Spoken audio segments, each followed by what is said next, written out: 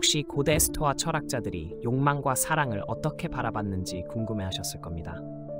그들이 무한한 낭만주의자였을까요? 아니면 차갑고 멀리 떨어져 있는 사람들이었을까요? 그들은 다수의 성적 관계에서 쾌락을 추구했을까요?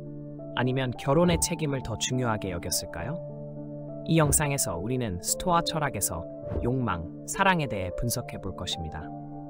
먼저, 오늘날 우리는 사랑과 욕망을 혼동하는 경우가 많지만 이 둘 사이에는 중요한 차이가 있다는 점을 인식해야 합니다. 무조건적인 사랑은 가장 순수한 형태의 감정으로 볼 수 있으며 이는 전적으로 우리 통제 안에 있습니다. 스토아 철학자 에픽테토스는 우리가 통제할 수 있는 것을 자유로운 본성, 얽매이지 않은 것, 방해받지 않는 것이라고 설명했습니다. 그렇기 때문에 우리는 아무 대가를 바라지 않고 무조건적인 사랑을 줄 수 있습니다. 이 사랑의 질은 외부 요소에 의존하지 않습니다. 반대로 욕망은 우리가 통제할 수 없는 갈망입니다. 욕망에 사로잡히면 우리는 타인의 몸을 갈구하게 되며 그 몸이 어떤 이유로 우리 손에 닿지 않게 되면 우리는 고통을 겪습니다. 에픽테토스는 우리가 통제할 수 없는 것을 약하고 노예가 되어 있으며 얽매이고 타인에게 속한 것이라고 묘사했습니다. 서구 사회에서는 낭만적 사랑에 대한 강조가 매우 큽니다. 낭만적 사랑의 이상이 중요한 목표가 되어 우리는 그것을 인생의 궁극적인 관심사로까지 승격시켰습니다.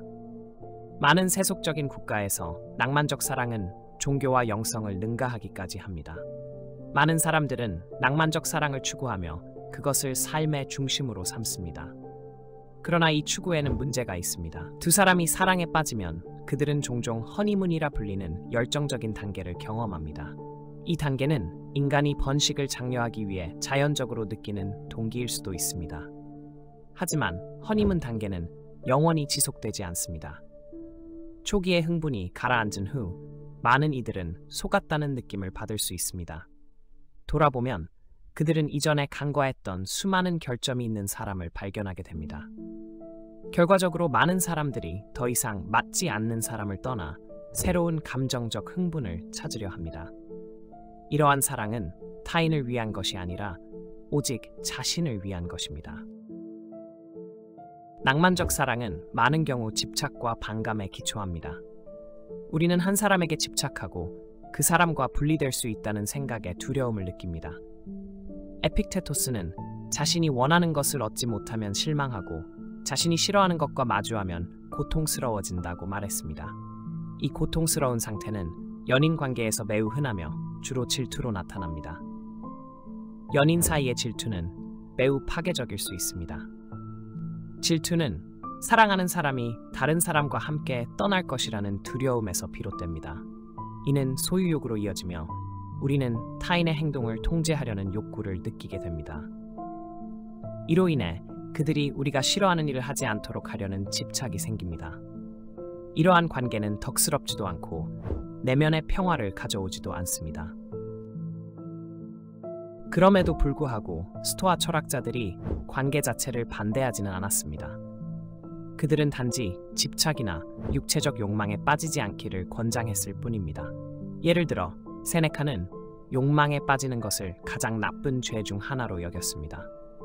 그는 가장 나쁜 경우 중에서도 나는 쾌락과 욕망에 빠져 사는 자들을 가장 경고.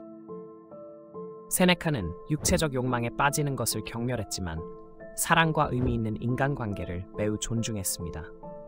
사실 스토아 철학자들은 결혼과 그와 관련된 의무에 깊은 관심을 가졌습니다. 그들은 결혼을 소중히 여겼고 이혼과 간통을 강하게 반대했습니다. 이는 스토아 철학의 핵심인 덕을 중시하는 윤리와 완벽히 일치합니다. 스토아 철학은 윤리적 삶을 가장 높은 가치로 두며 결혼 또한 그러한 가치 안에서 중요한 위치를 차지합니다. 특히 스토아 철학자 무소니우스 루푸스는 결혼의 가치를 강조하며 상호 관심이 성공적인 결혼의 기초라고 보았습니다. 그는 결혼은 단순히 자녀를 낳기 위해서만이 아니라 서로를 돌보기 위해 이루어진다. 건강할 때뿐만 아니라 아플 때도 모든 순간에 남편과 아내는 완전한 동반자이며 서로에게 관심을 가져야 한다고 말한 바 있습니다. 그는 결혼 생활에서 한 사람이 오직 자신의 이익만을 추구하고 배우자를 소홀히 하면 그 결혼은 필연적으로 실패할 것이라고 지적했습니다. 오늘날 우리는 무감정한 결혼 생활에서 이러한 경향을 볼 수 있습니다. 부부가 같은 집에 살지만 서로를 외면한 채 외부에서 즐거움을 찾는 경우가 그렇습니다. 무소니우스는 이를 고독보다 더 나쁜 존재 방식이라고 표현했습니다. 스토아 철학자들은 사랑의 중요성을 인정하면서도 우리가 사랑하는 대상에 지나치게 집착하지 않도록 경고했습니다. 결국 배우자, 친구, 자녀 혹은 반려동물까지도 우리의 통제 안에 있는 것이 아니며 우리는 언제든 그것들을 잃을 수 있습니다. 에픽테토스는 무언가를 잃었다고 말하지 말고 그것을 돌려주었다고 말하라. 자녀가 죽었는가? 그들은 돌려진 것이다. 아내가 죽었는가? 그녀는 돌려진 것이다. 라고 말했습니다. 이러한 관점은 미래에 배우자가 배신할지 모른다는 두려움에 시달리는 이들에게 유용할 수 있습니다. 그런 일이 발생한다면 그것은 상실이 아니라 자연으로의 획이라고 받아들일 수 있습니다.